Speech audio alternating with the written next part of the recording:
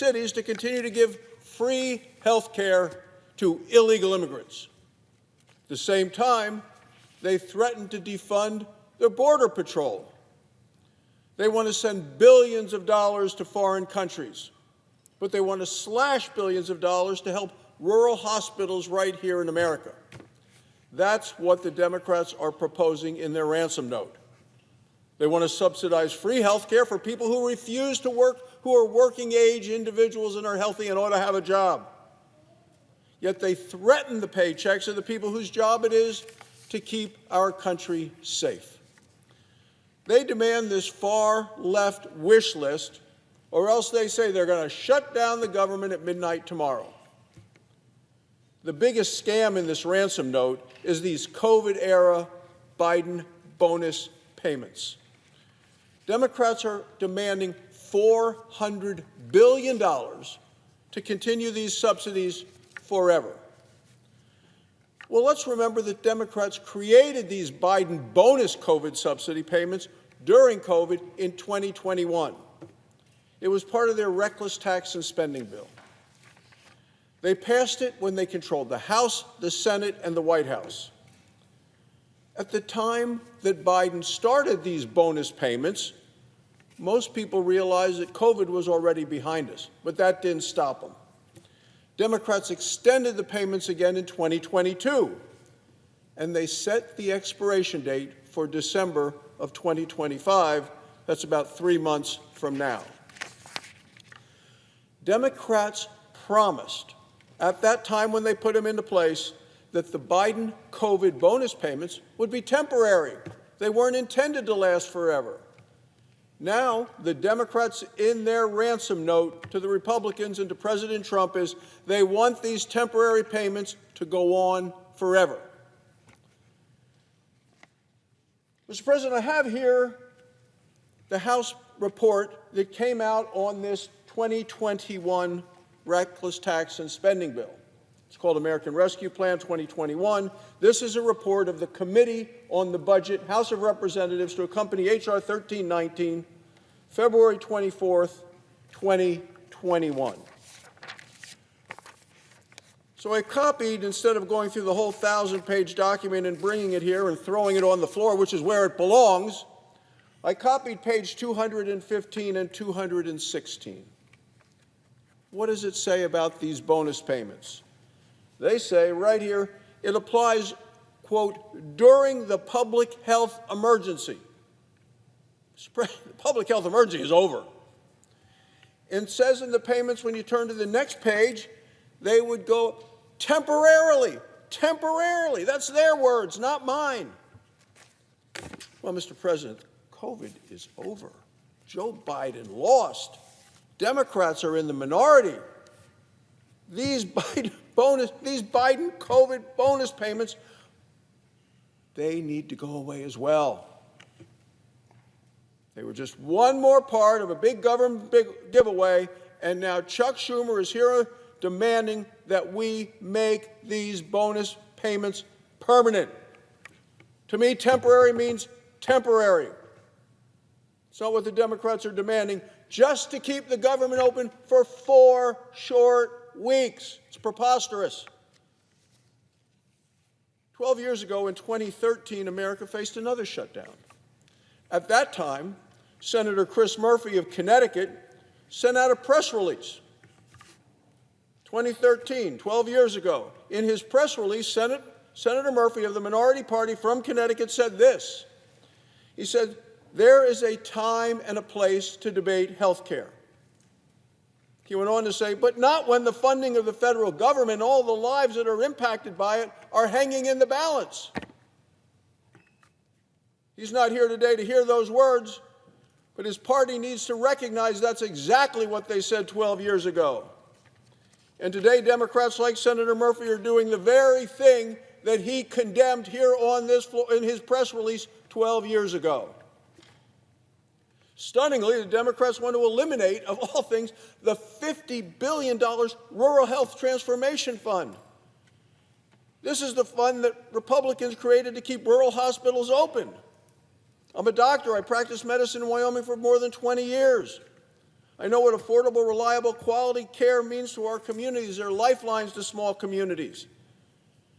And yet yesterday on Meet the Press, the minority leader, Chuck Schumer, said rural hospitals are closing, so he wants to put the noose around their neck. This makes it worse. He is threatening, as part of his demand, to eliminate the $50 billion set aside for rural hospitals in America. Mr. President, last week I was at home in Wyoming. I attended a ribbon cutting in Pinedale for a new hospital.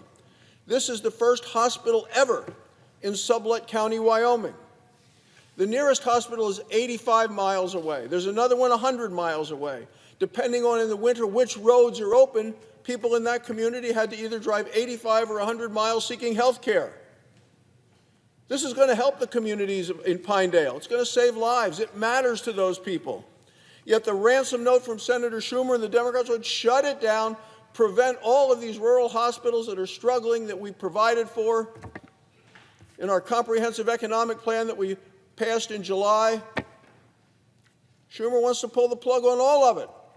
It's part of their bill. It's part of the ransom note. It's what the Democrats are trying to do. Let's be honest. The Democrats have a political problem. The far left, their radical wing, is demanding a shutdown of the government. Their caucus is divided. The American people overwhelmingly want the government to remain open, to provide vital services to the people. They know that it costs money to shut down the government. It costs even more to reopen the government. Democrats don't seem to care.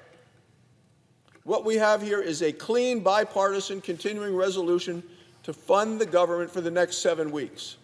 The House of Representatives already passed it with a bipartisan vote.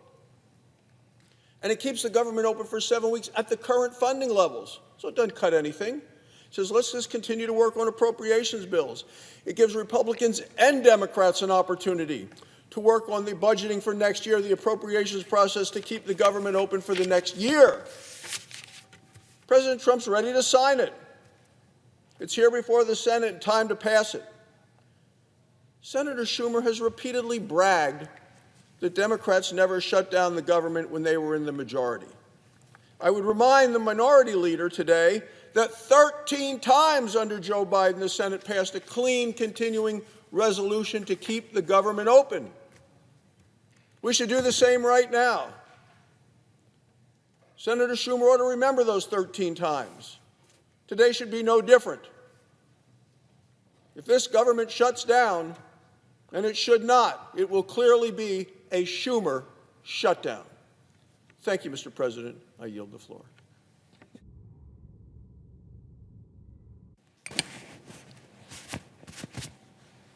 Mr. President. Democrat Whip. Mr. President, Senator from Wyoming is a friend of mine, really. And though we may disagree on some political issues, I greatly respect him and glad to call him a colleague. But we do disagree on this point that he just made, and it's a very important disagreement because it affects every family in America. The decision was made in the big, beautiful budget bill by Donald Trump to cut $1 trillion out of Medicaid. Medicaid is a program which helps people who have limited income have health insurance. It also takes care of your mother and grandmother when they're in the nursing home. It's a critical element of funding health care in America. And the Republicans cut $1 trillion out of it. If you go to the hospitals in Illinois, some of them are great hospitals, others do great things, but you'll find that the hospitals that struggle to survive are ones that have more Medicaid patients than paying insurance patients. It's tougher margin, and many of them worry about it. And the notion of cutting $1 trillion out of this program worries them. Don't take my word for it. Ask the Illinois Hospital Association, or even if there is one, I'm sure there is, Wyoming Hospital Association, what the impact of cutting $1 trillion out of Medicaid reimbursement is going to be. Not good, particularly in rural areas. Senator Barrasso made reference to his situation in Wyoming. In the state of Illinois, we have plenty of these rural hospitals, and if one closes, it means your pregnant wife who goes into labor now has to drive 70 miles instead of 20 for that delivery. I'd hate to have to go through that. And yet that's what's going to happen. And so the position we're taking is that that kind of cut in Medicaid is going to hurt hospitals and hurt people across America. Secondly, there is a tax credit available for people in middle-income categories to buy health insurance. It's part of the Affordable Care Act, which was the Barack Obama plan that extended more health insurance coverage to America than we ever had in our history. How important is health insurance to you? I had a personal experience as a law student at Georgetown.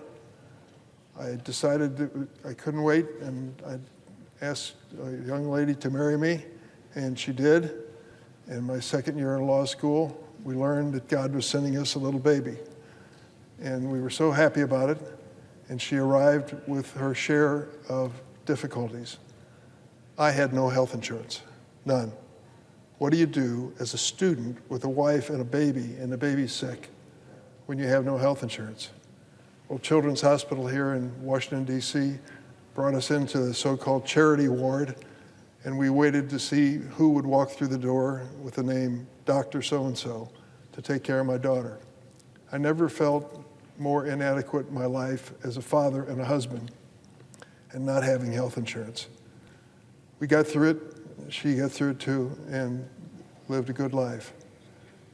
But the point was, there were moments when I worried that I couldn't provide the basics for my baby because I didn't have health insurance. 15 million Americans will lose their health insurance because of this Republican budget that I just referred to, the big, beautiful budget. 15 million will lose health insurance. I wouldn't wish that on anybody. So when the Democrats say there are health care issues that are part of this debate on funding the government, that's what we're talking about. Keeping these hospitals open, critical hospitals in inner city as well in rural areas, making sure that people have their health insurance. And there's one third element I would add. I don't think we'll be able to negotiate it. Medical research. Ever hear of the National Institutes of Health? Why, sure you have. It's the best medical research agency of any government in the world. I went to the NIH about 12 years ago and met with Dr. Francis Collins, an amazing man who is head of the NIH. And I said to him, I really believe in what you do.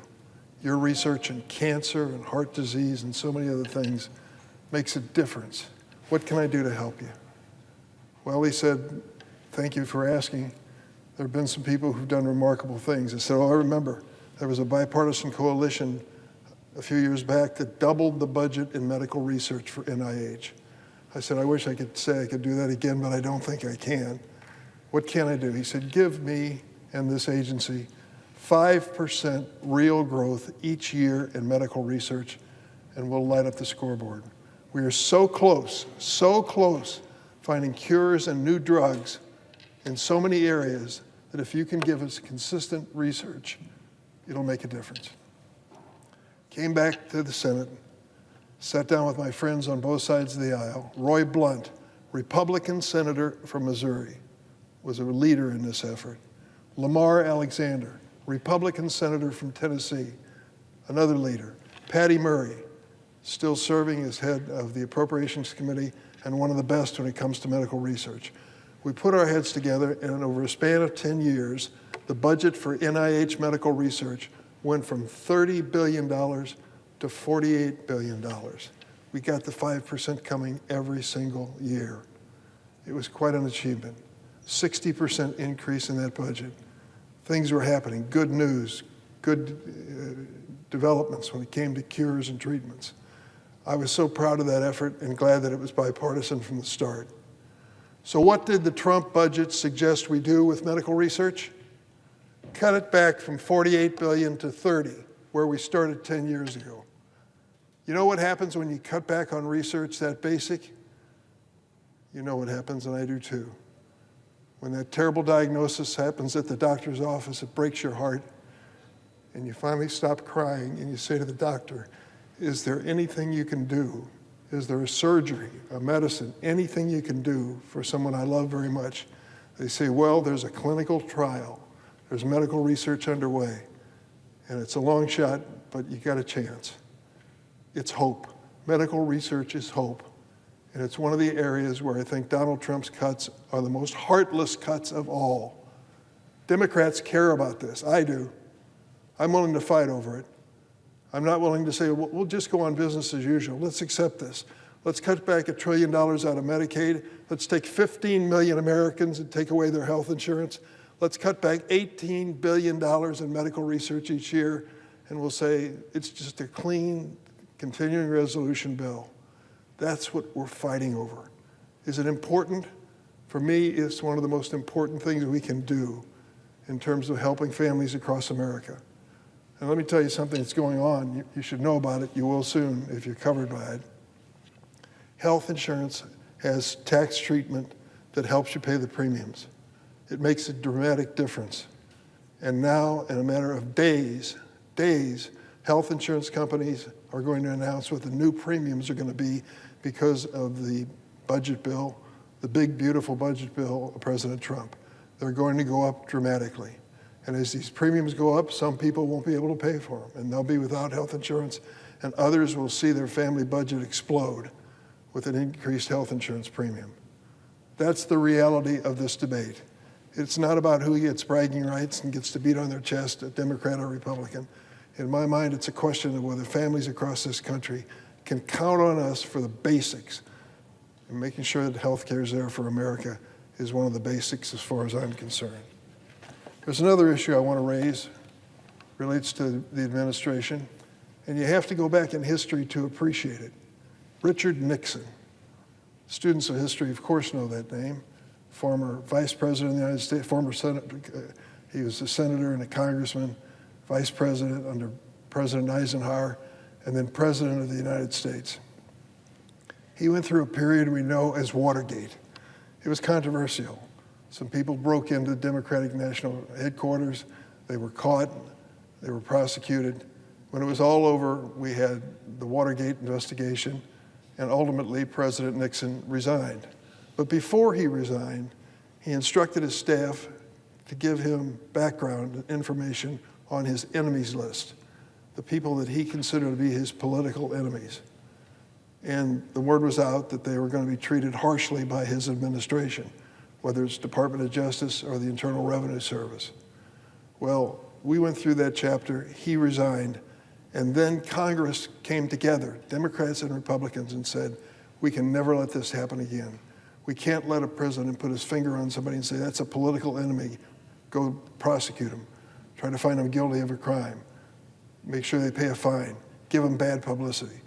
We agreed on a bipartisan basis for standards between the White House, the Department of Justice, and Congress when it came to these political decisions that could ultimately result in prosecution.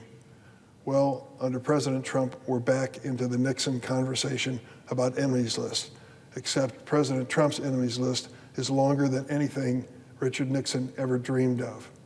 And that's what we're looking at now. On September 20th, the acting U.S. Attorney for the Eastern District of Virginia, Eric Seibert, announced his resignation. Acting U.S. Attorney, appointed by Trump, resigned. Mr. Seibert resisted President Trump's demands to bring charges without sufficient evidence against New York Attorney General Letitia James and former FBI Director James Comey. Mr. Seibert, a Republican appointed by Donald Trump just a few weeks ago, stayed true to his oath to the Constitution and his commitment to follow the facts and the law. And for that, he was forced to resign his office. In his place, President Trump installed his personal attorney, an attorney with no experience as a prosecutor, never did it before, to indict James Comey in a politically motivated case considered by career prosecutors in that office too weak to bring charges.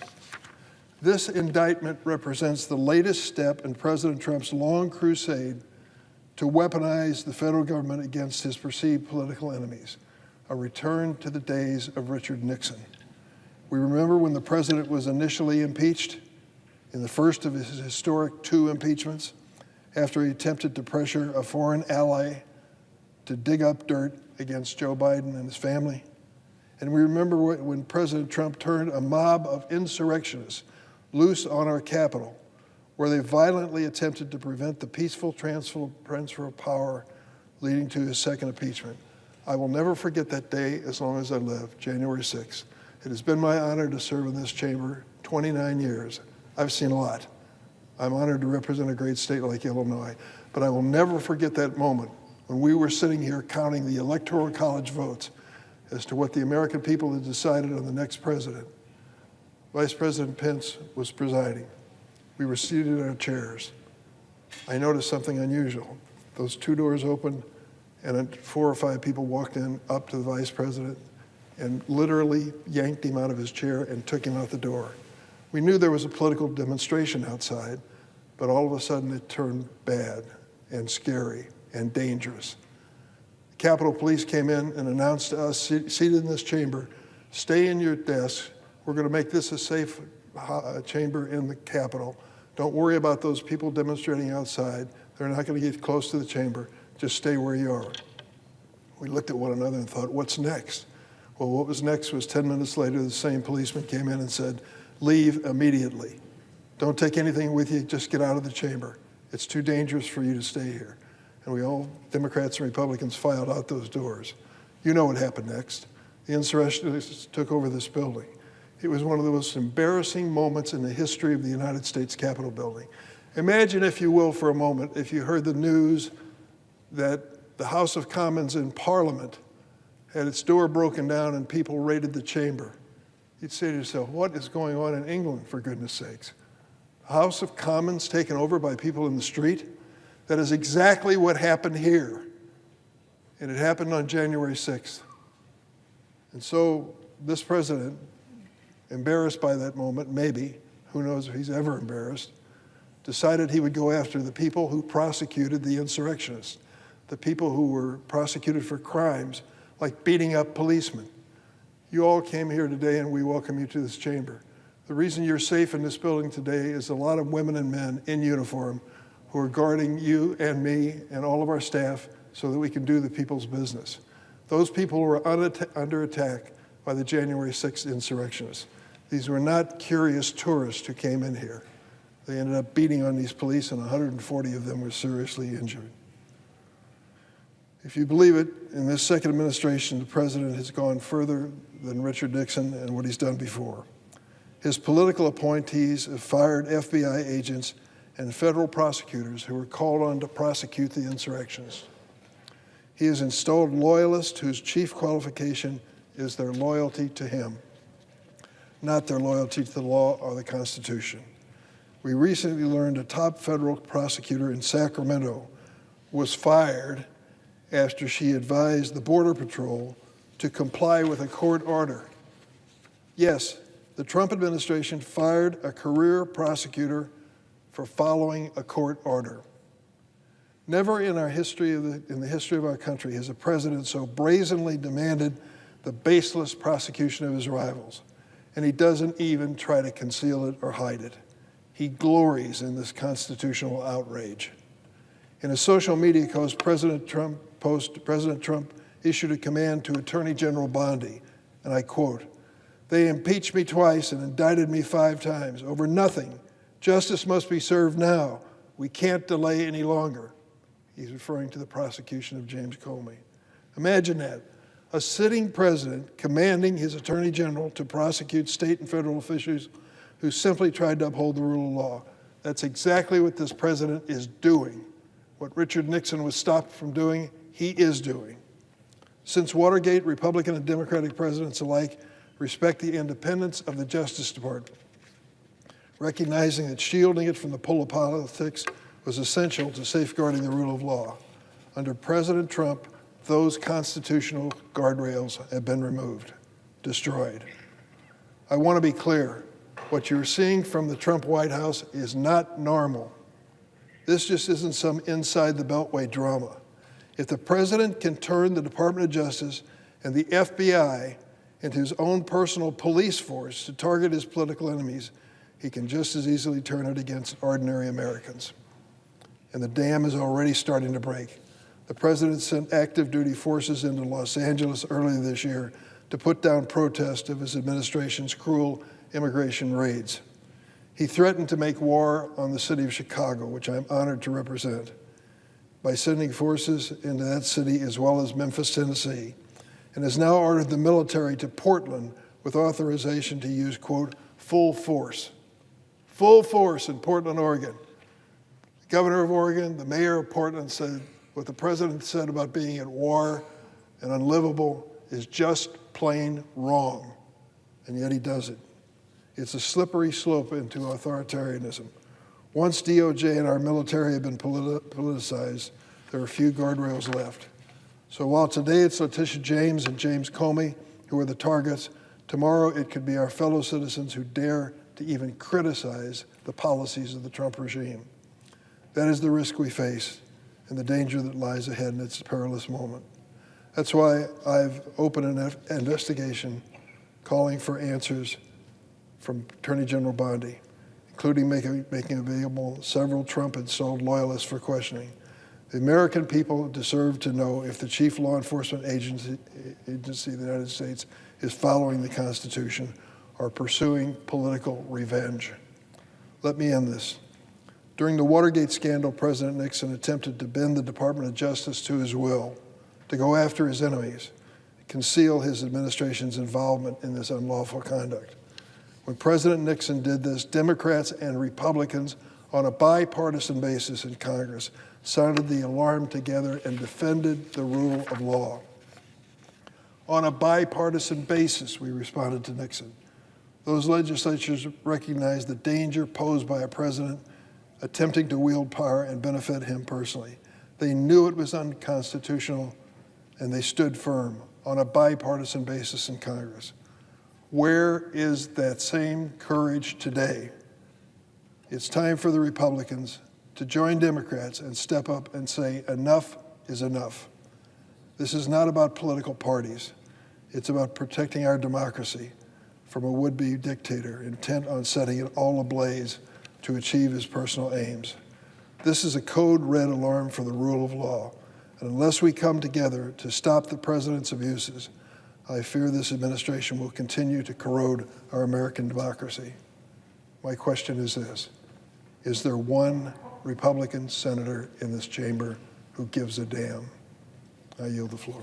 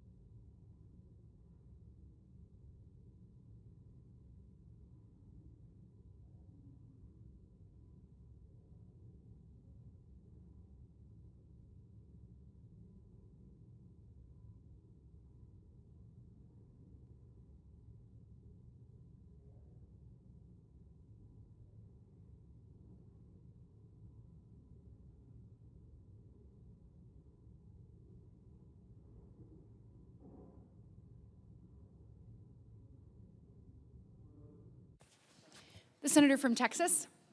Madam President, are we at a quorum call? We are not. Madam President, I want to begin my remarks this afternoon by reflecting on the tragic shooting at the Dallas ICE facility that happened just last week. One detainee was killed and 2 others were injured by a 29-year-old shooter who was later found dead on the scene from a self-inflicted gunshot wound. This is not the first attack of its kind against the immigration enforcement officials in Texas. In fact, this is a 4th in as many months. 4 attacks against law enforcement officials in the last 4 months. On July the 4th in Alvarado, Texas, assailants opened fire outside an ICE detention facility, wounding an Alvarado Police Department officer in the neck. 10 people were subsequently arrested and charged with attempted murder, while 6 other subjects have been charged with related offenses. 3 days later, July 7th, a man shot at a Border Patrol employee in McAllen as he tried to park his car. He then fired at the Border Patrol annex, attempting to break in before finally being killed in a firefight with Border Patrol agents. In addition to these attacks on law enforcement, we know our country is still reeling from the horrific murder of Charlie Kirk, whose life was taken from him simply for expressing his views and engaging in political dialogue on college campuses. We're beginning to see in our country a level of political violence that is not and should not ever be considered normal. But this is a warning signal about the direction we are heading in as a nation, and it's one we cannot afford to ignore. Many of us are asking ourselves, how did we get here? Well, the answer, it seems, or at least part of the answer, is simple and straightforward. It begins with the demonizing of free speech and the vilification of those who are doing nothing more and nothing less than their duty, which is to enforce the laws on the books. Frequently, these are laws that are passed by Congress on a bipartisan basis and signed into law by the president.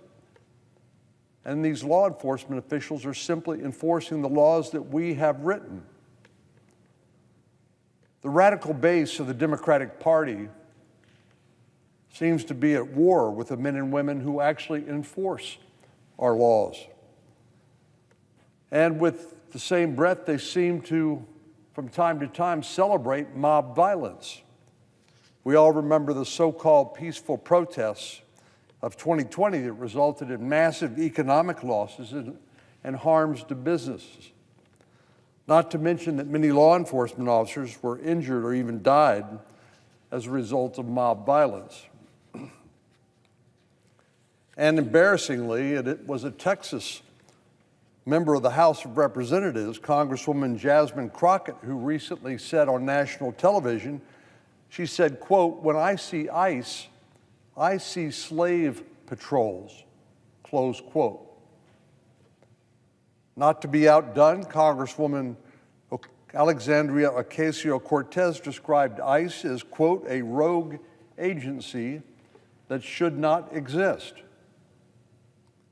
And then there's the former member of Congress, Colin Allred, who called ICE, quote, "un-American and harmful to public safety." These attacks against the men and women who enforce our laws are simply unconscionable, and they've undeniably contributed to getting us in the dangerous place we find ourselves in today. If these individuals and other Democrats truly cared about public safety, they would stand with the Republicans. We would stand united as Americans in supporting our men and women in blue and green, and they would denounce the unprecedented rise in attacks against these law enforcement officers immediately. But instead, Democrats seem to endorse a complete inversion of how a just and ordered society functions. Unfortunately, this is going to require some of our Democratic colleagues to swim against the tide of opinion among their radical base and show some leadership. But they have to decide as a party to move away from the dangerous and radical demands of their left-wing base. Unfortunately, the Democratic leader in this chamber, the senator from New York, is showing anything but that kind of leadership right now. He's demonstrated a complete unwillingness to tone down the rhetoric of his party or to make actually even good faith gestures toward good governance. In fact, this very week, he's demonstrating just how far he's willing to go to undermine basic governance in order to appease his radical base. He'd rather shut down the government than work across the aisle for the benefit of the American people. Senate Democrats have so far refused to even vote on a simple stopgap measure that will give us a little more time, about 9 weeks, to negotiate full-year government funding. If they do not relent in this partisan posturing, the result will be forever known as the Schumer shutdown. Now, you don't have to take it from me on what a government shutdown would mean for the American people. All we have to do is to read back to them the very words that the Senate Democrats have said in the past. In September of last year,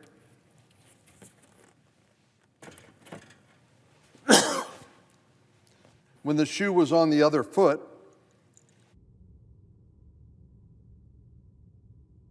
Senator Schumer said, and I quote, "If the government shuts down, it will be average Americans who suffer the most."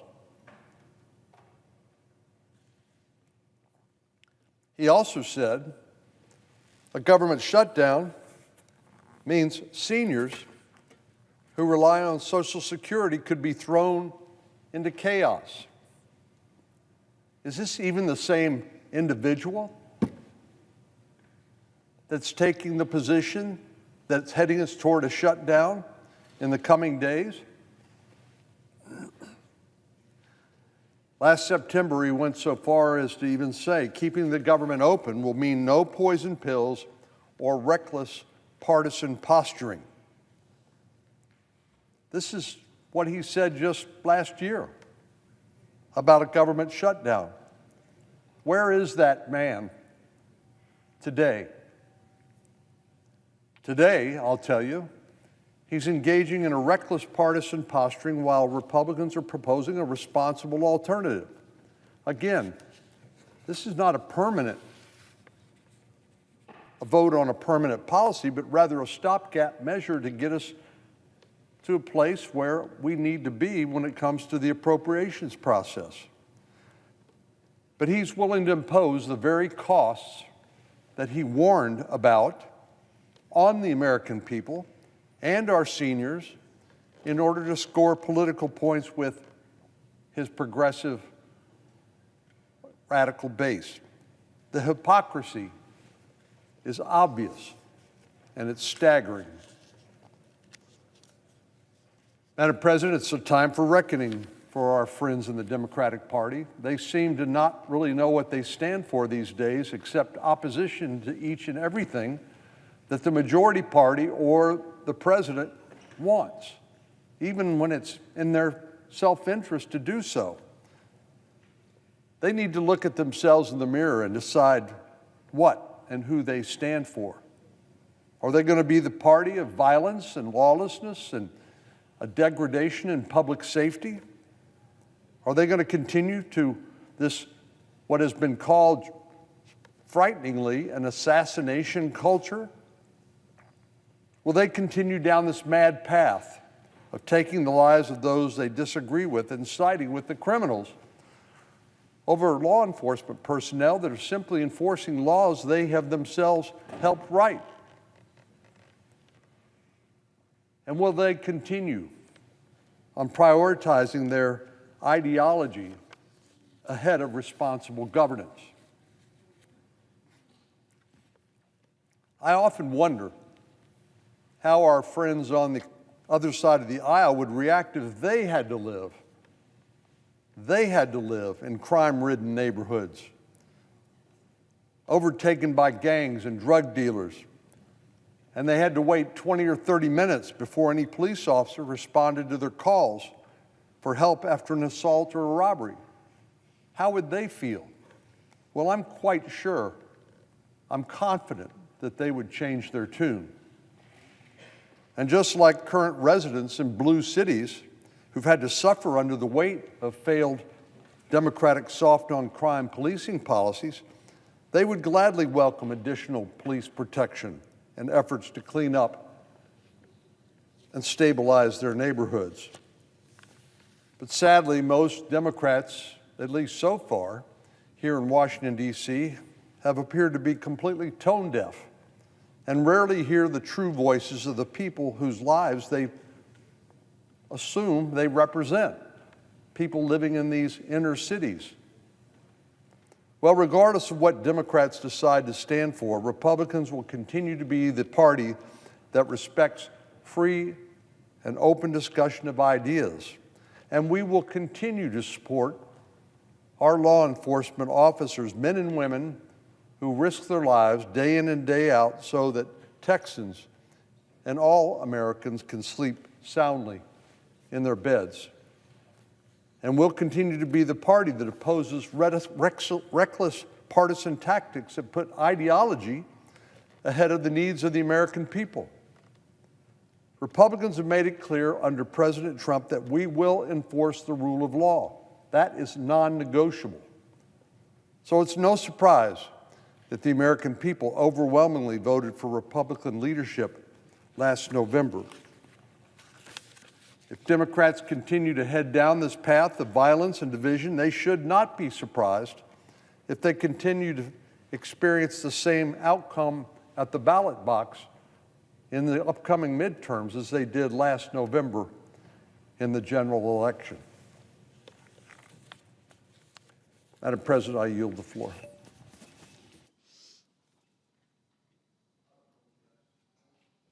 The clerk will call the roll. Ms. Alston-Brooks.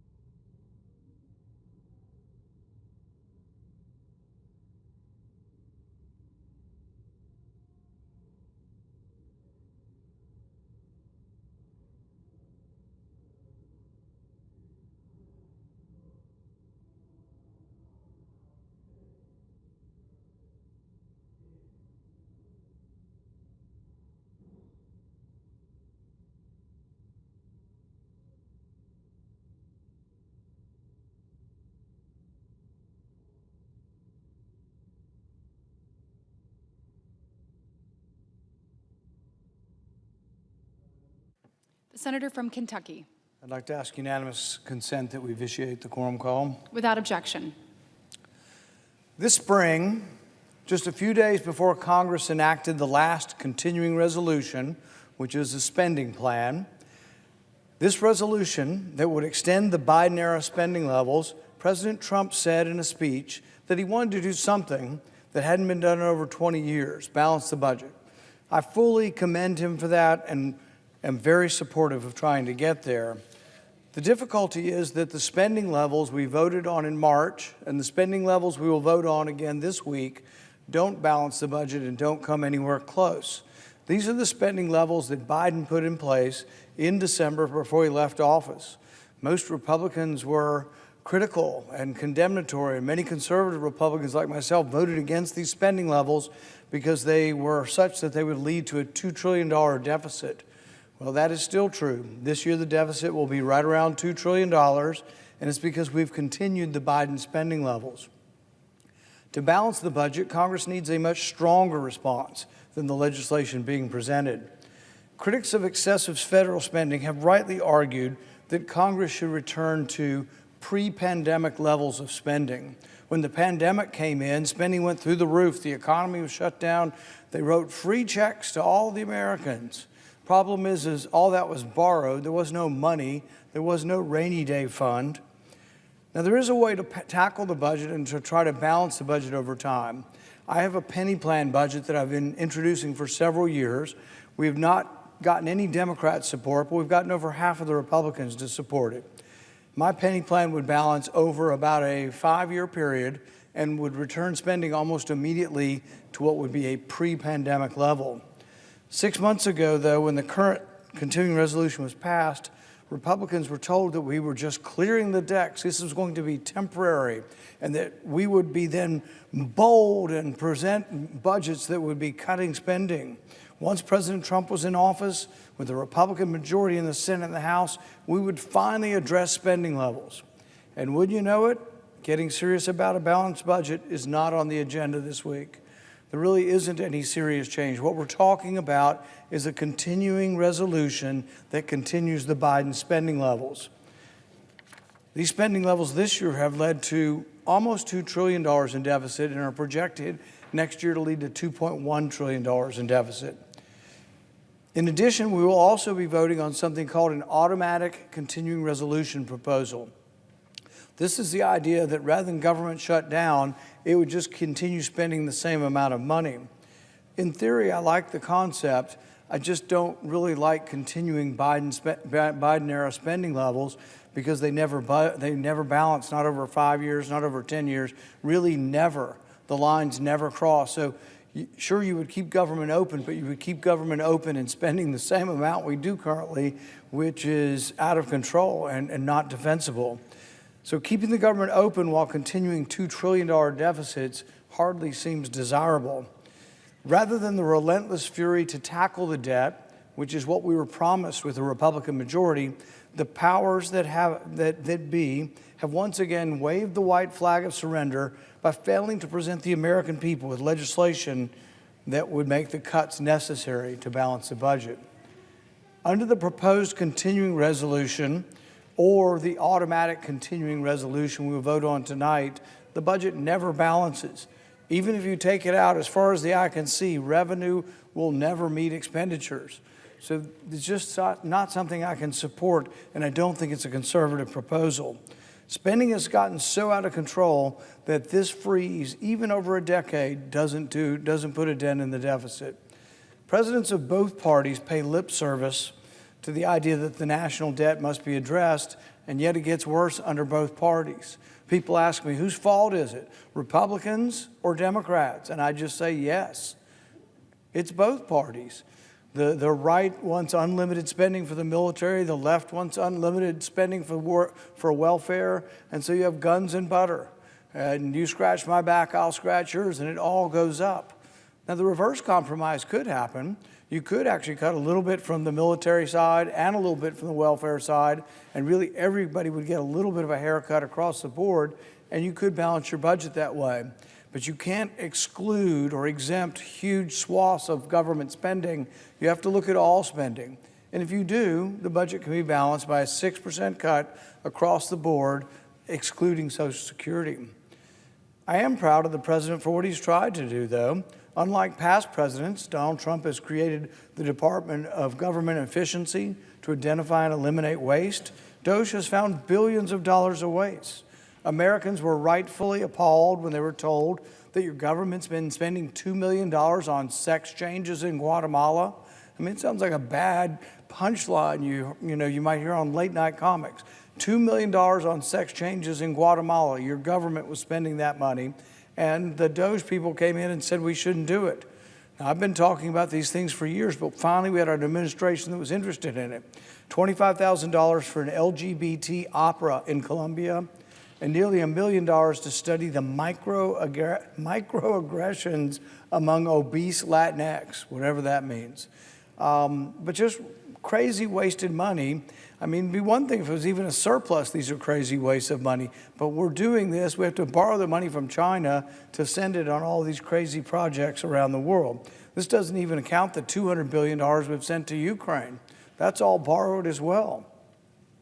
This summer, President Trump sent Congress a special message identifying $9.4 billion in rescissions. And Congress, for the first time in a long time, did the right thing. We voted for and passed this rescission package to cut $9 billion. I supported, as I always do, cutting this foreign aid. With a deficit of $2 trillion a year, though, $9 billion is a drop in the bucket. We've got to do more. Congress has to do more. And as much as I appreciate this, the power of the purse needs to be exerted more by Congress. We've let so many of these decision-making powers devolve to the president. The founders, I think, would be appalled with Congress. They'd be appalled with what Congress has become.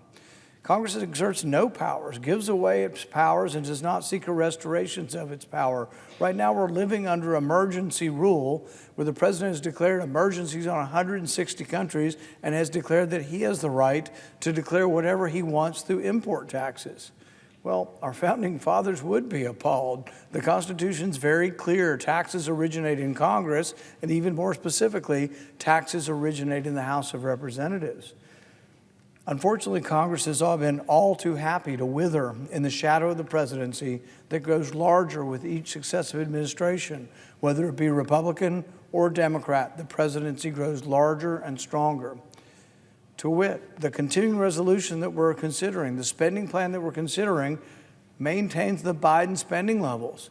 So if you remember there was an election, you remember the Republicans all said, Bidenomics and Biden inflation and Biden spending were against all that. That was kind of what the election was decided on. And now you have a Republican in the White House, Republicans in the Senate, Republicans in the House, and we're living under the Biden spending levels that they complained about. The great irony is the Democrats have now switched. The Democrats supported the Biden spending levels under President Biden. Now there's a President Trump and the spending levels are exactly the same. All the Democrats are voting no. It makes no sense at all.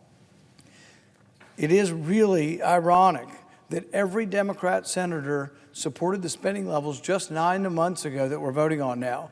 So when they say continuing resolution, we're continuing the same spending levels that we started with in December of last year, and every Democrat voted for them.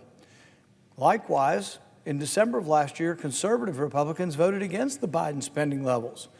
And now they're poised to vote for the Biden spending levels.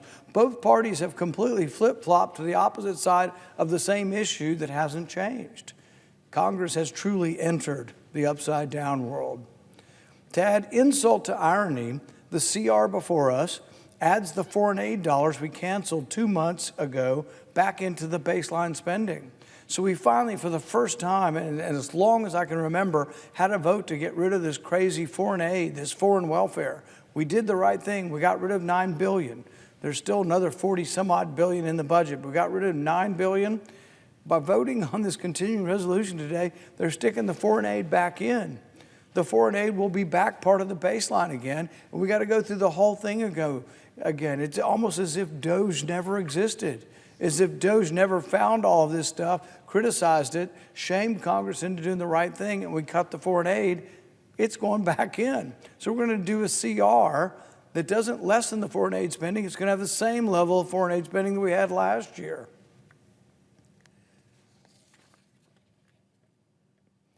I'm not going to fall for this trick, and conservatives shouldn't either.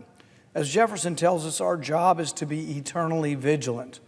What the country needs is a bipartisan effort in Congress to reclaim the power of the purse and to do what is necessary to eliminate duplicative spending, wasteful spending, and spend only what we can afford. We have some programs here that were begun 40 years ago, authorized, and people said, we're going to solve the problem of homelessness 40 years ago. The programs haven't been reauthorized, and we just continue living on. And then every year or so, someone will go, wow, we have a homeless problem. Why don't we get another government program to build homes? They did this in California recently. They spent $27 billion over a several-year period. You know what the average unit cost for the affordable housing was? $1 million a unit. That's the history of government, the incompetence of government, that they're going to build houses for poor people, and it turned out costing them $1 million a unit to build houses for poor people. Just 2 weeks ago, a majority of the Republican caucus actually did vote for my 6-penny plan. The penny plan, as I've said, is to cut spending across the board. It's how we would actually finally balance the budget, is this compromise that everything needs a little bit of a haircut. Unfortunately, we've gotten no Democrat support for it, but we also have gotten about a third. We got a little over half the caucus, but probably a little over a third, 40% of the caucus is still believing that we should just keep spending levels as they are or continue to increase spending. So we're not quite there yet. There's not quite enough fear of where we are. But $37 trillion in debt is not something to be sneezed at. You know, we're adding at $2 trillion a year. The interest alone is about $1 trillion. Some people have made the argument that a country can no longer remain strong when its interest payment on its debt exceeds its actual spending to defend itself, the military spending. So I think we're really at a tipping point. Everybody comes to us for money. Everybody's got their hand out. Everybody wants more out of us. You know, from Israel to Israel's neighbors, everybody's got their hand out. Everybody wants more money from us. And I think it makes no sense for us to be borrowing it from China to give it to other countries, no matter how good the request is. So the plans that have been presented before us, we had 2 plans presented, a Republican plan and a Democrat plan. Which one adds debt? Yes, both of them. The Republican plan will add $2 trillion in debt next year if we continue spending at the same level. The Democrat plan said we want another trillion on top of that, so it would be a $3 trillion deficit next year. So neither party is serious about this, but there is an alternative when we get enough Republicans, and that's the penny plan that I've been offering for several years. It balances it by gradually reducing spending just a little bit each year. But by supporting yet another continuing resolution at the current spending levels, Republicans are essentially signing off on the fiscal policies of the Biden administration. Policies Republicans once rightly opposed. Just a short time ago, virtually every Republican was saying the Biden spending levels were too high. But given that this continuing resolution will add another $2 trillion deficit next year, this plan, the Biden levels, should be a non-starter. However, the legislation before us today is being presented as a solution to dysfunction, but in reality is just papering over the cracks. This measure is not a reversal of the status quo. It is the status quo. It does nothing to address our debt. It does nothing to divert our trajectory that is bankrupting this nation. This is not some theoretical debate. This is math. This is what will happen. This is what happened last year and is going to happen again. $2 trillion in additional debt. We bring in about $4.7 trillion, we send $6.7 trillion. We're spending $2 trillion more than comes in. This isn't like an emergency. This isn't even the excuse of the pandemic. This is routine business, routine status quo, $2 trillion in deficit every year. And if we stay on this path, if we keep spending like we did during the pandemic or under the Biden administration, we are guaranteeing a future of higher inflation and crippling debt for our children and grandchildren. We're running out of ways to fix this. We're running out of time. The CBO projects that within the next 10 years, that mandatory spending, this is all the welfare programs, and interest alone will exceed revenue. We're getting pretty close to that now, so think about that. We vote on a budget that's not mandatory spending. Military spending is considered to be discretionary, and then there's a bunch of discretionary welfare. Military is a little bit more than the welfare. That's the budget we vote on. But then you have mandatory spending, which is Social Security, Medicare, Medicaid, food stamps, and then interest on the debt. That essentially is equal to what comes in. The taxes that are coming in equal the mandatory spending. So when we actually do produce a budget, which isn't very often, the stuff we are spending is almost entirely borrowed. So if you look at the discretionary spending budget, it's about $1.8, $1.9 trillion. That's the debt. That's what the debt is. The debt is essentially equivalent to the discretionary spending. So the mandatory programs, the welfare programs have gotten so big and they grow with such abundance each year, and we've added in healthy, young, healthy, able-bodied people to these programs that really shouldn't be on welfare. You've added these people in, and it's consuming all of your taxes. So there's really, everything else is being borrowed. Entitlement programs and interest will consume every single dollar within a year or two that comes in tax revenue. Imagine if you were running your household that way. No money left for food, clothing, shelter unless you take out a loan every single year forever. That's what we're doing. You really can't live that way. You can borrow if you want to borrow to buy a house, but the bank holds the house. But you don't borrow money to pay rent for your apartment. You don't borrow money to pay for your groceries. You have to actually earn that money and have enough for your daily living expenses. We're to the point where we're borrowing for the daily living expenses of government. My amendment that I have offered to this would take the automatic renewal that prevents us from shutting down, take the automatic renewal and put in the penny plan numbers, so what you would actually have is not running the government at the same level, at the Biden levels. You would actually reduce spending by 6%. I'm fine to make it automatic. I'm fine to let it kick in and go on so we don't shut the government down and we avoid the chaos and the discomfort of having government shut down, but we shouldn't keep spending the same amount of money. That would be like abdicating our duty just to spend the same amount.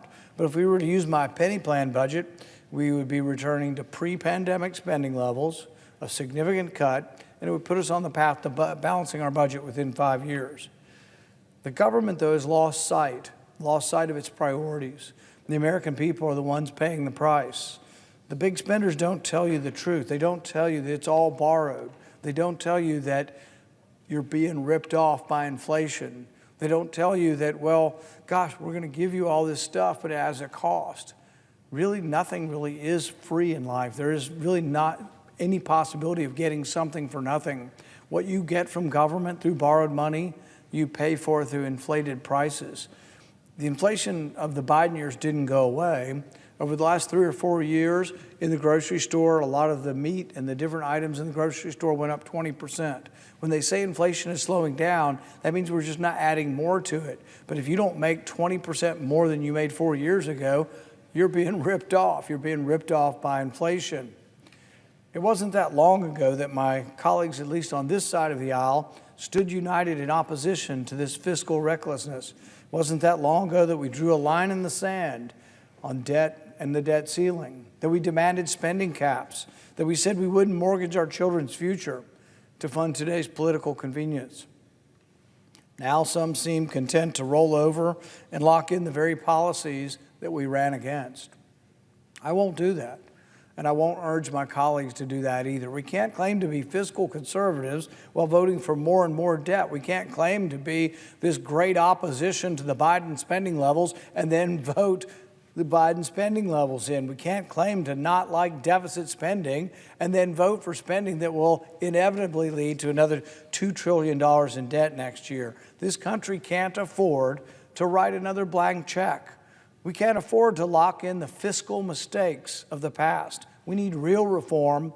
We need it now.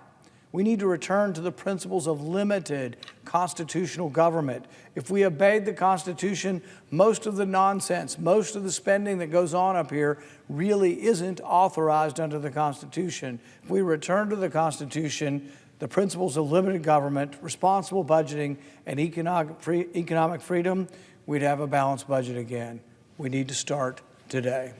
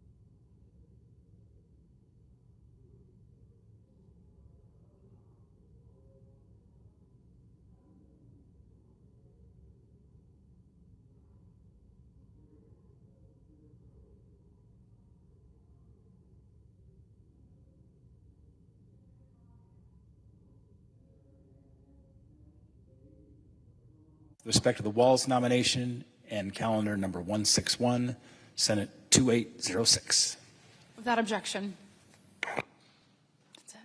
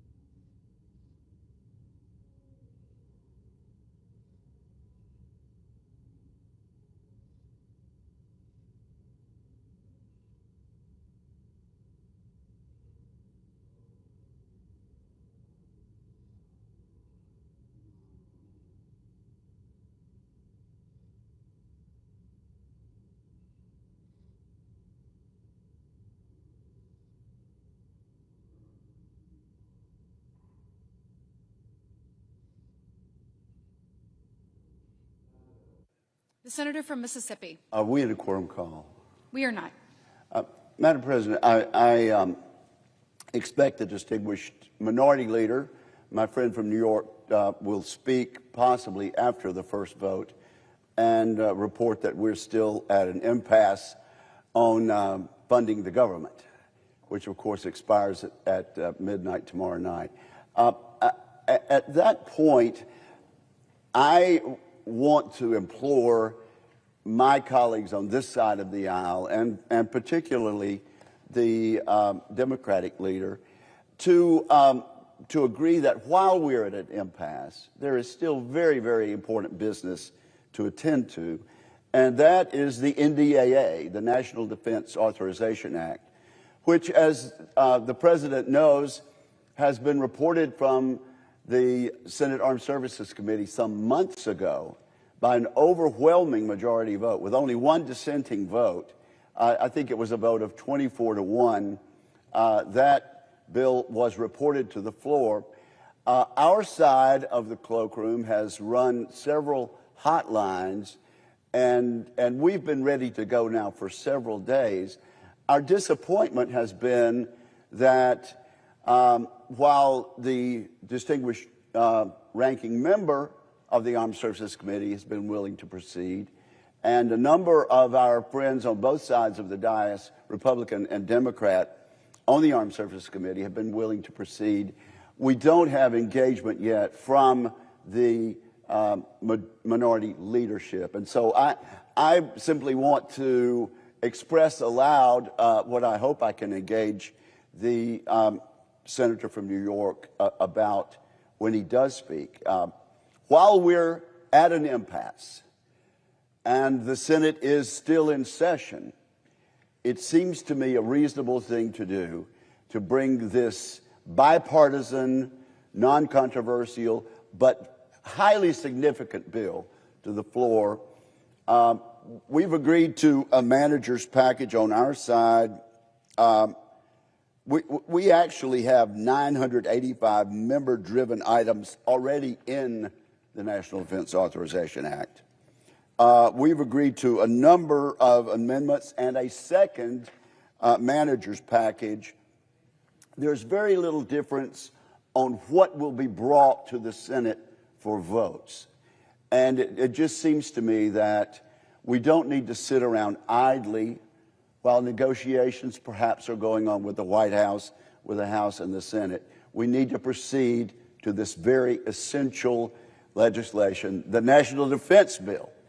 And if we could get that done this week, I think it would show to our constituents back home in both parties, independent, Republican and Democrat, that we are serious about the business of protecting the United States, enacting this very important legislation, the changes we need so that we're not doing last decade's type of national defense, but doing our job under the Constitution to make sure the United States is strong. So I would make that request to my Democratic friends and to my Republican friends, most of whom on our side are ready to proceed and have been ready to proceed on the National Defense Authorization Act.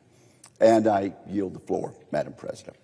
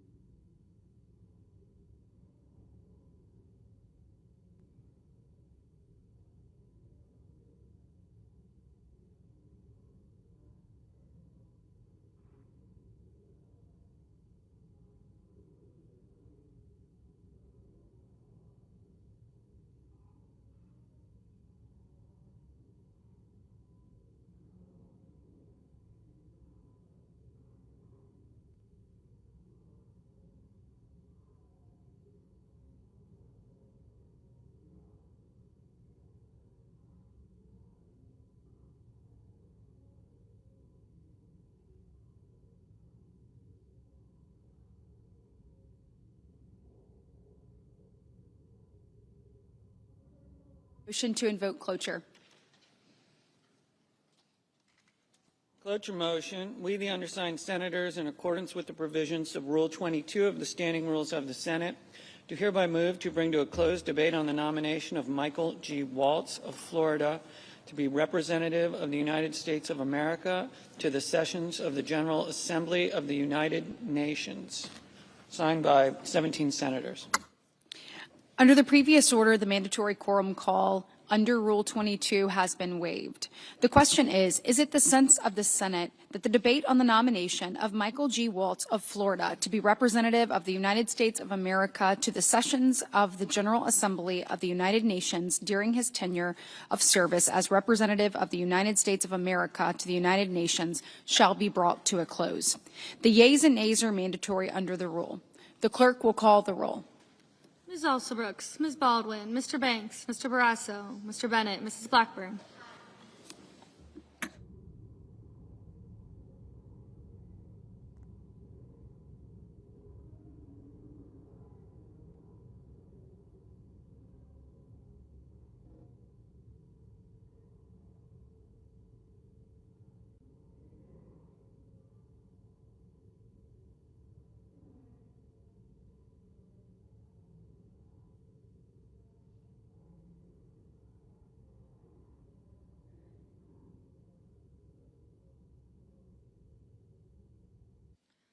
Mr. Blumenthal, Ms. Glenn Rochester, Mr. Booker, Mr. Bozeman, Mrs. Britt.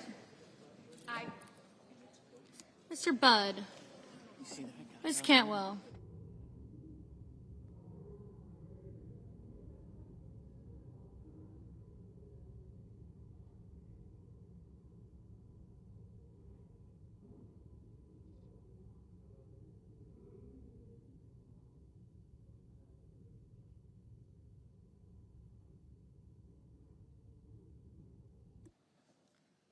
Mrs. Capito, Mr. Cassidy,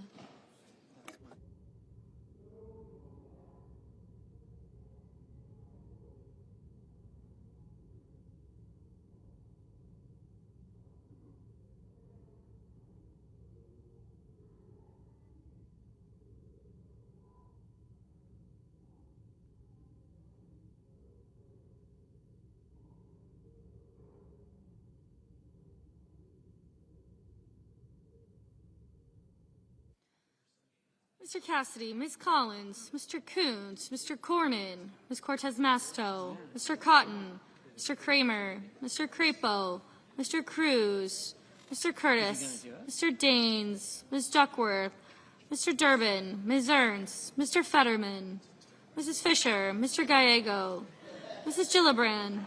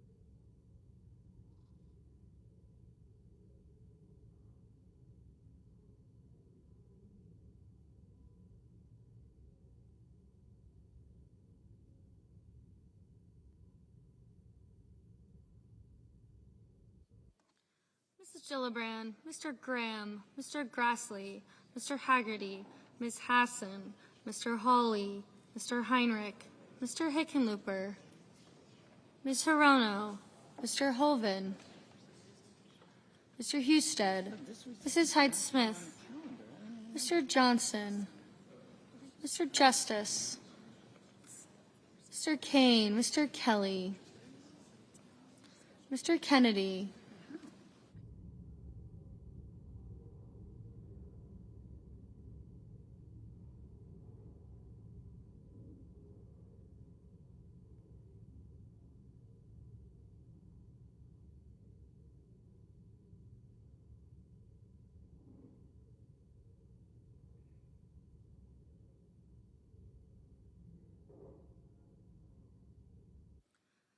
Mr. Kennedy, Mr. Kim, Mr. King, Ms. Klobuchar, Mr. Langford, Mr. Lee, Mr. Lujan, Ms. Lummis, Mr. Markey, Mr. Marshall, Mr. McConnell, Mr. McCormick, Mr. Merkley, Mrs. Moody, Mr. Moran, Mr. Marino, Mr. Mullen, Ms. Murkowski, Mr. Murphy, Mrs. Murray, Mr. Ossoff, Mr. Padilla, Mr. Paul, Mr. Peters, Mr. Reed, Mr. Ricketts, Mr. Risch, Ms. Rosen, Mr. Rounds, Mr. Sanders, Mr. Schatz, Mr. Schiff, Mr. Schmidt, Mr. Schumer, Mr. Scott of Florida, Mr. Scott of South Carolina, Mrs. Shaheen, Mr. Sheehy, Ms. Slotkin,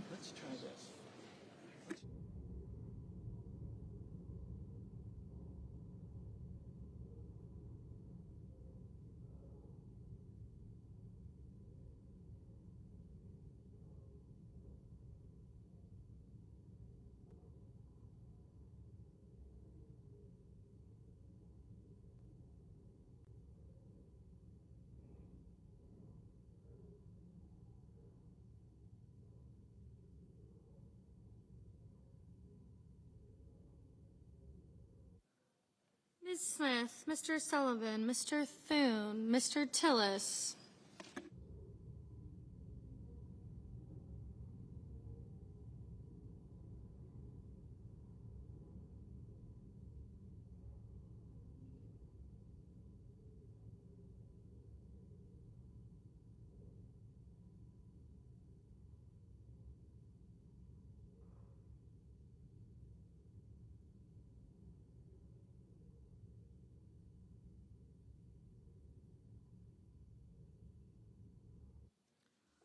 Mr. Tuberville, Mr. Van Hollen, Mr. Warner, Mr. Warnock, Ms. Warren, Mr. Welch, Mr. Whitehouse, Mr. Wicker, Mr. Wyden, Mr. Young.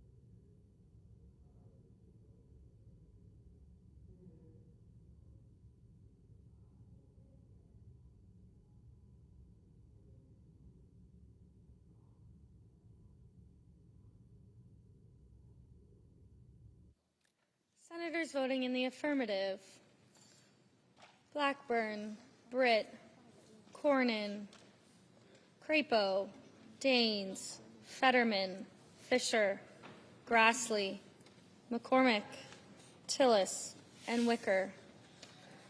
Senators voting in the negative: Alsobrooks, Cortez Masto, Durbin, Gallego, Gillibrand, Kane, Kim, Klobuchar, Merkley, Murphy, Murray, Paul, Peters, Sanders, Schatz, Van Hollen, Warner, and Warren. Ms. Baldwin, no.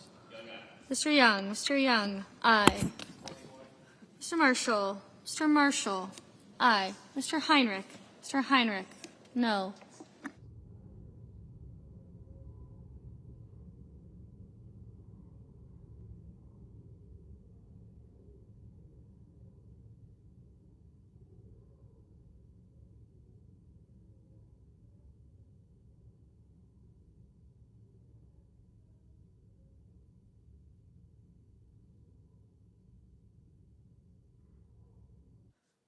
Mr. Budd?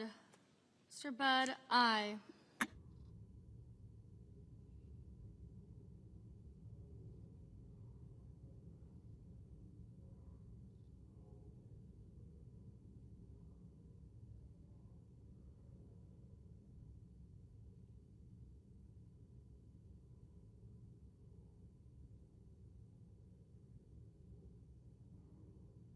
Mr. Marino? Mr. Marino? Aye.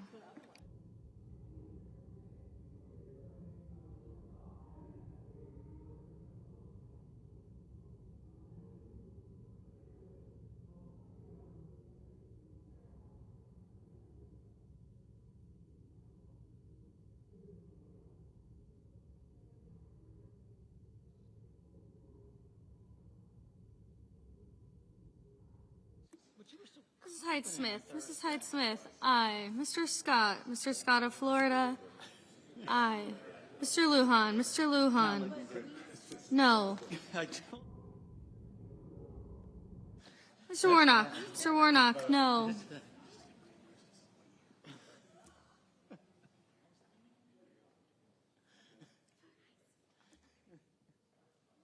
Mr. Langford? Mr. Langford? Aye. Mr. Bennett? Mr. Bennett? No. Mr. Ossoff? Mr. Ossoff? No.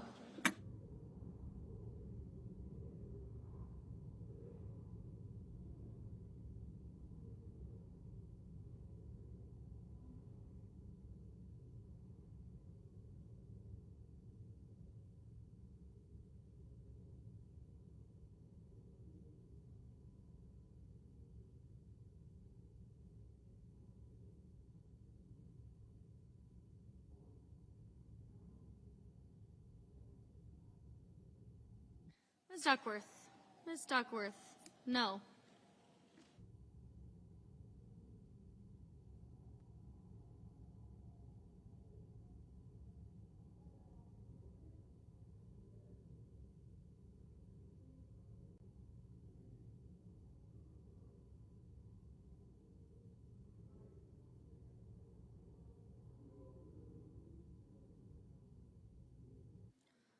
Mr. Booker? Mr. Booker? No.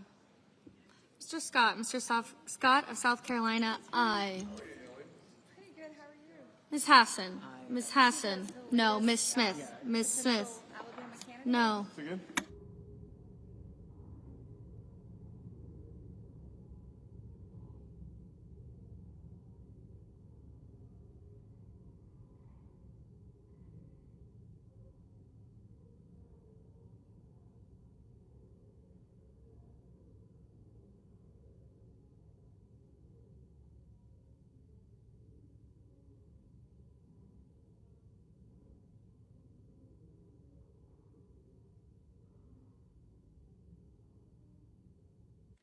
Mrs. Capito? Mrs. Capito?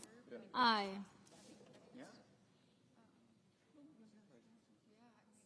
Mr. Sullivan? Mr. Sullivan? Aye.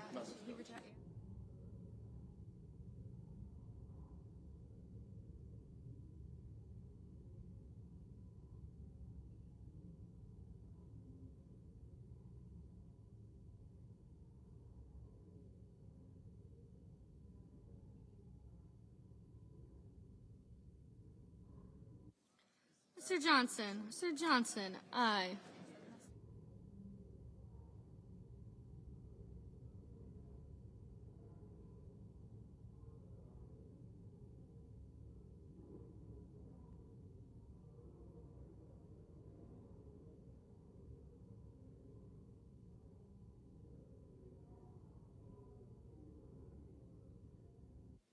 Ms. Cantwell? Ms. Cantwell? No. Mr. Reed? Mr. Reed? No. Mr. Barrasso. Mr. Barrasso. Aye.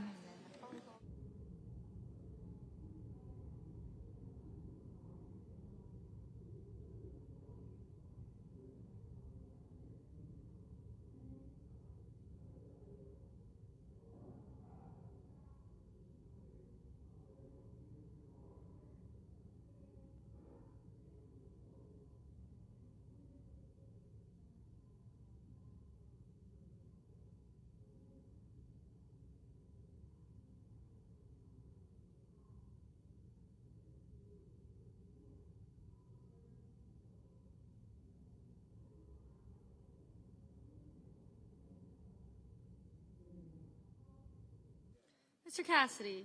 Mr. Cassidy. Aye. Mr. Justice. Mr. Justice. Aye.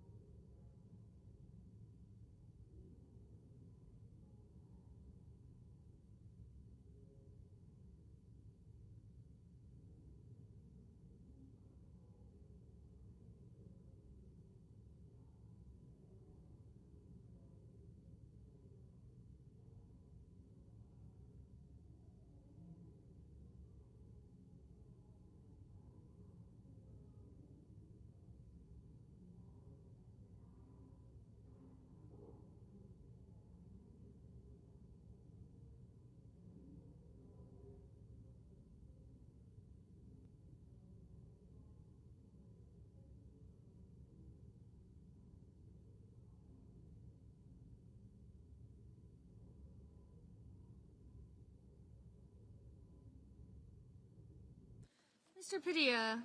Mr. Padilla. No. Ms. Hirono. Ms. Hirono. No.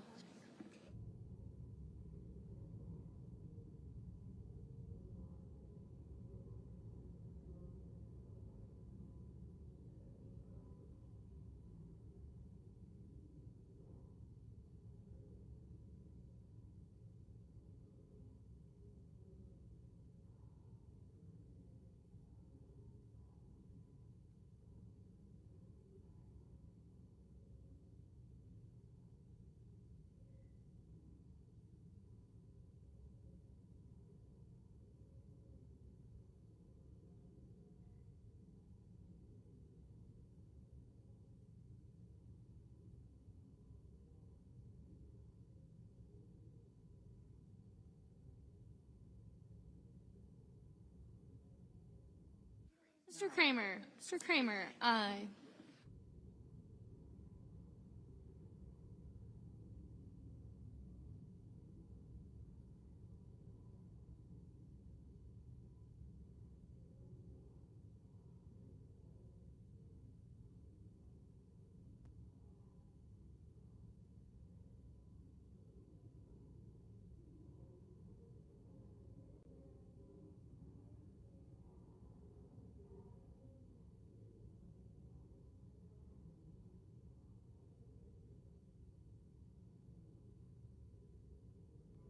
Mr. Wyden. Mr. Wyden. No. Mr. Welch. Mr. Welch. No. Ms. Collins. Ms. Collins. Aye.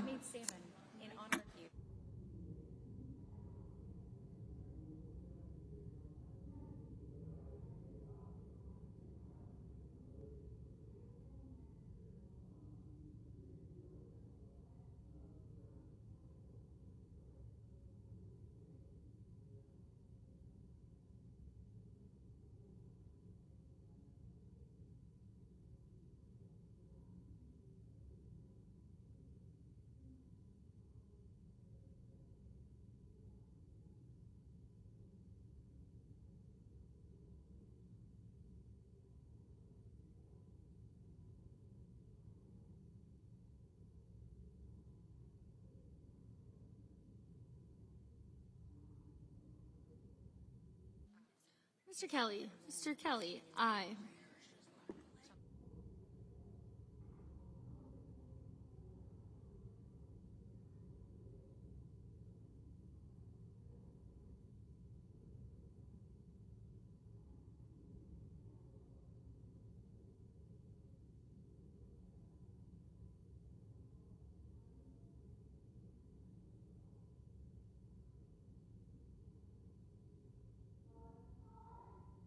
Ms. Lummis. Ms. Lummis, aye.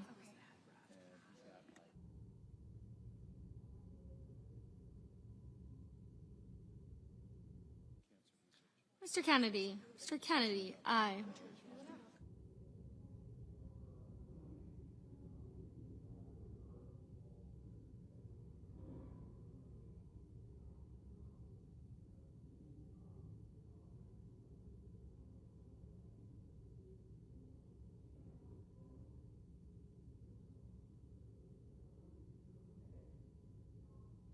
Mr. Banks. Mr. Banks, aye.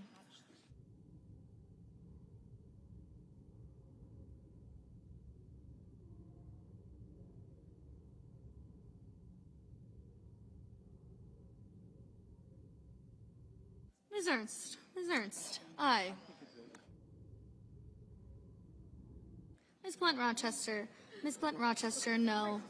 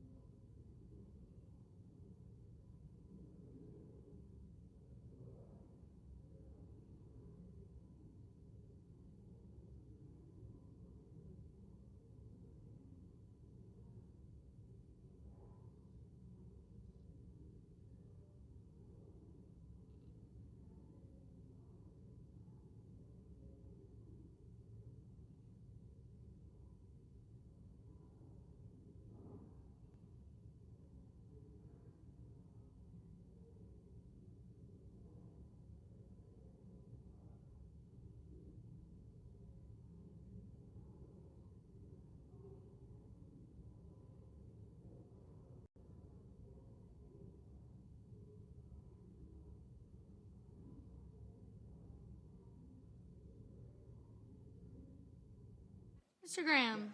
Mr. Graham, aye.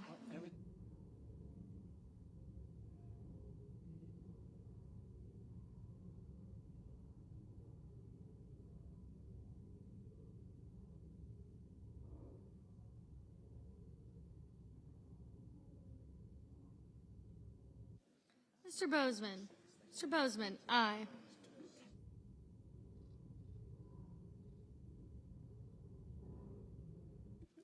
Mrs. Moody. Mrs. Moody, aye.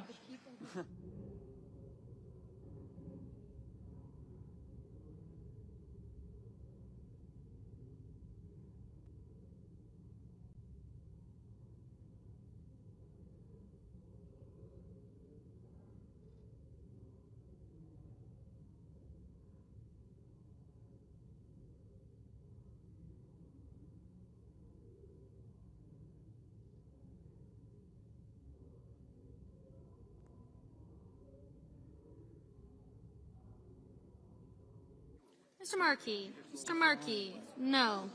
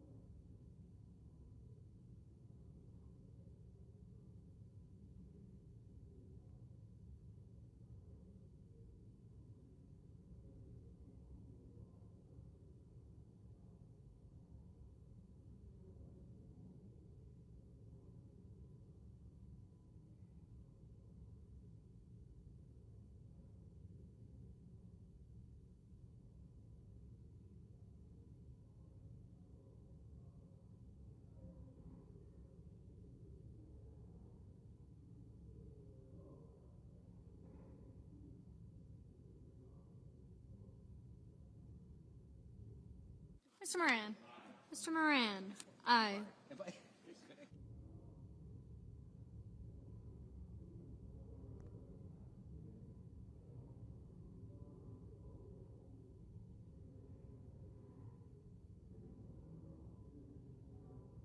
Ms. Rosen.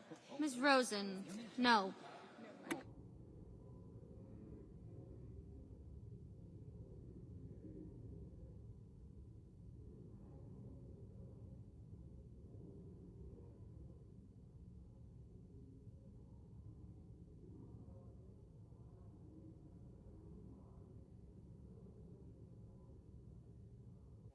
Mr. Cotton. Mr. Cotton. Aye. Mr. Ricketts.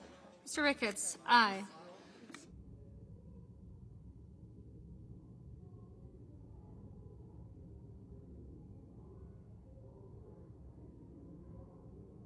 Mr. Mullen. Mr. Mullen. Aye.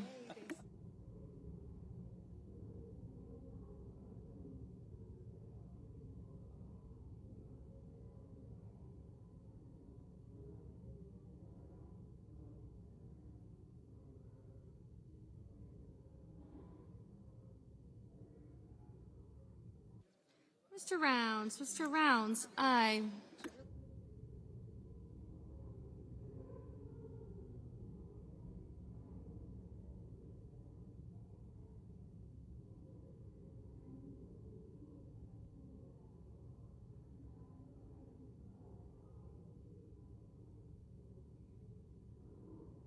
Mr. Husted.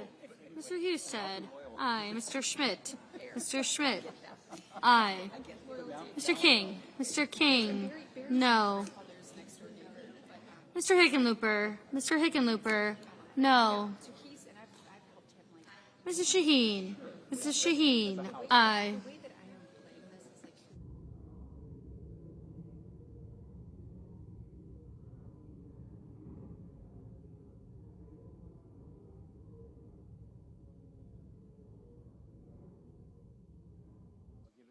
Mr. Hoven.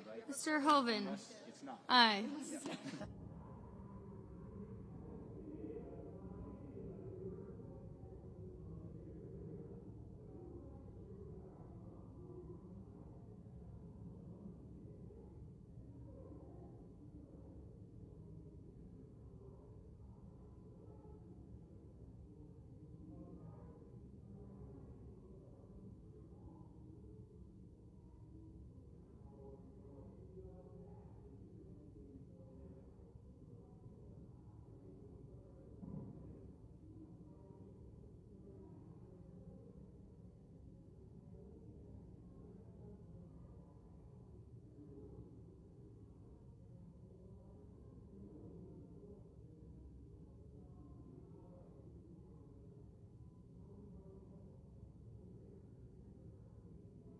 Mr. Coons. Mr. Coons. No.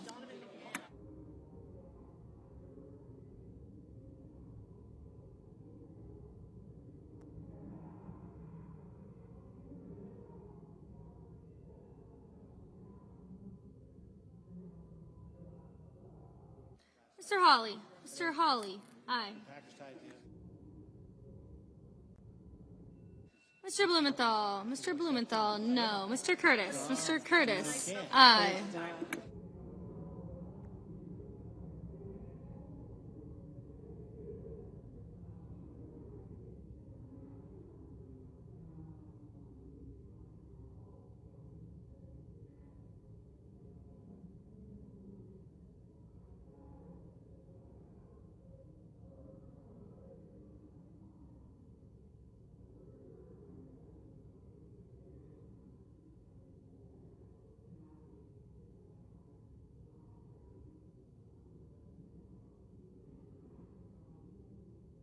Mr. Schiff. Mr. Schiff. No.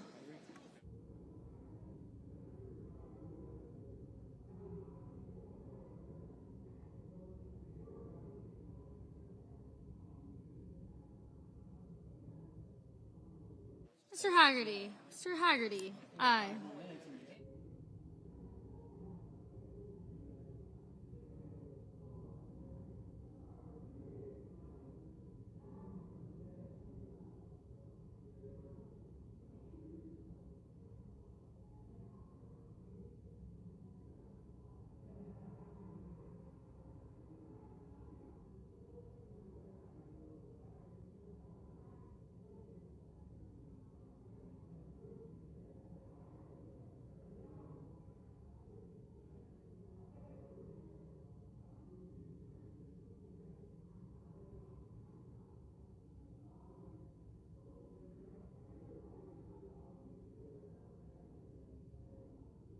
Mr. Sheehy.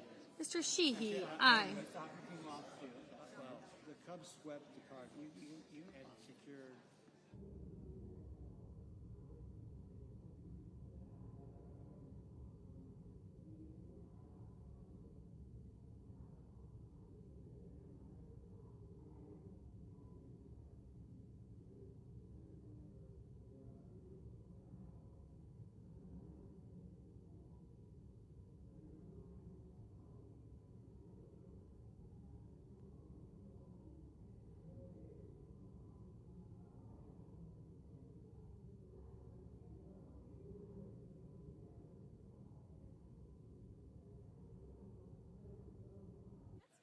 Mr. Lee, aye.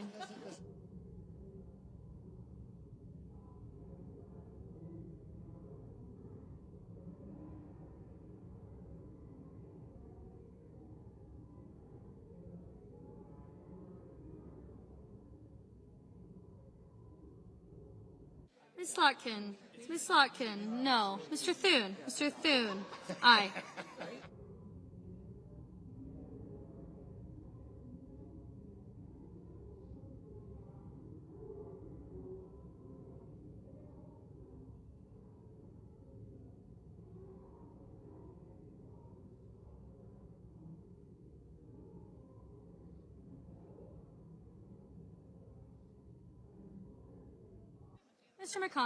Mr. McConnell, aye.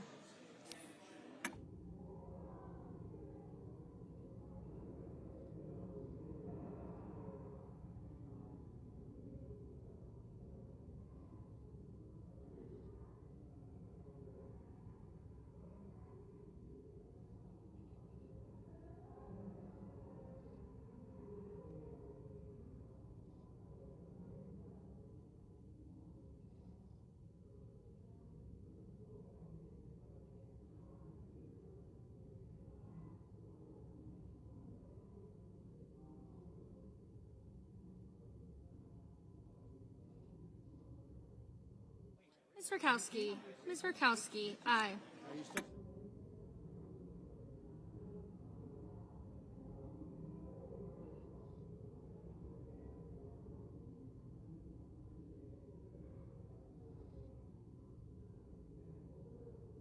Mr. Risch, aye.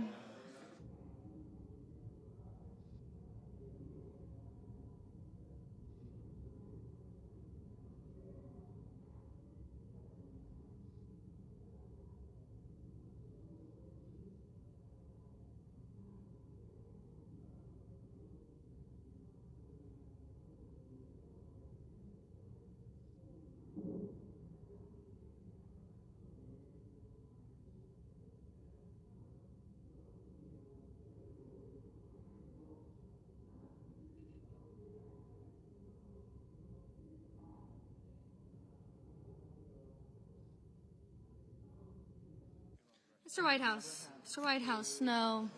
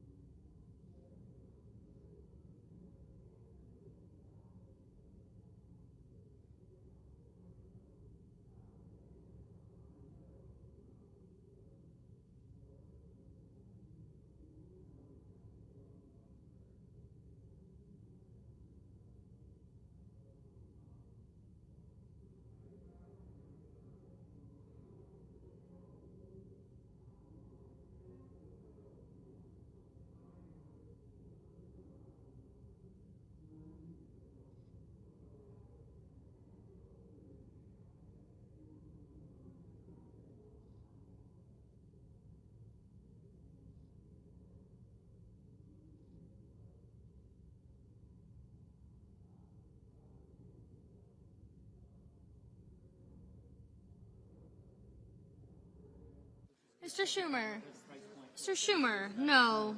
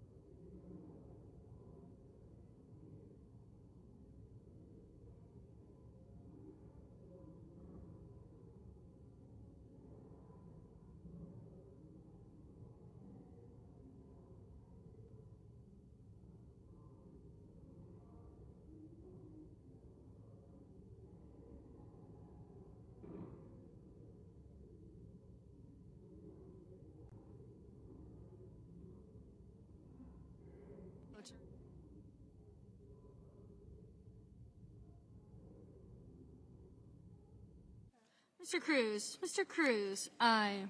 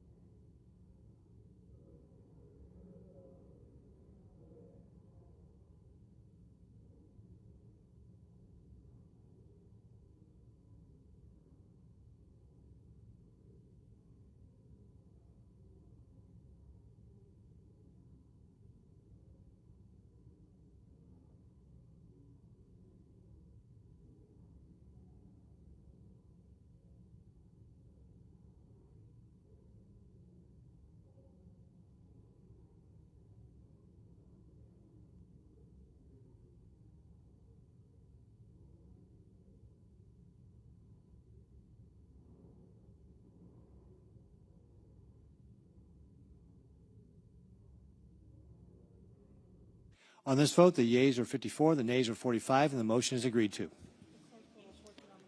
The clerk will report the nomination. Nomination, Department of State, Michael G. Waltz of Florida to be representative of the United States of America to the sessions of the General Assembly of the United Nations.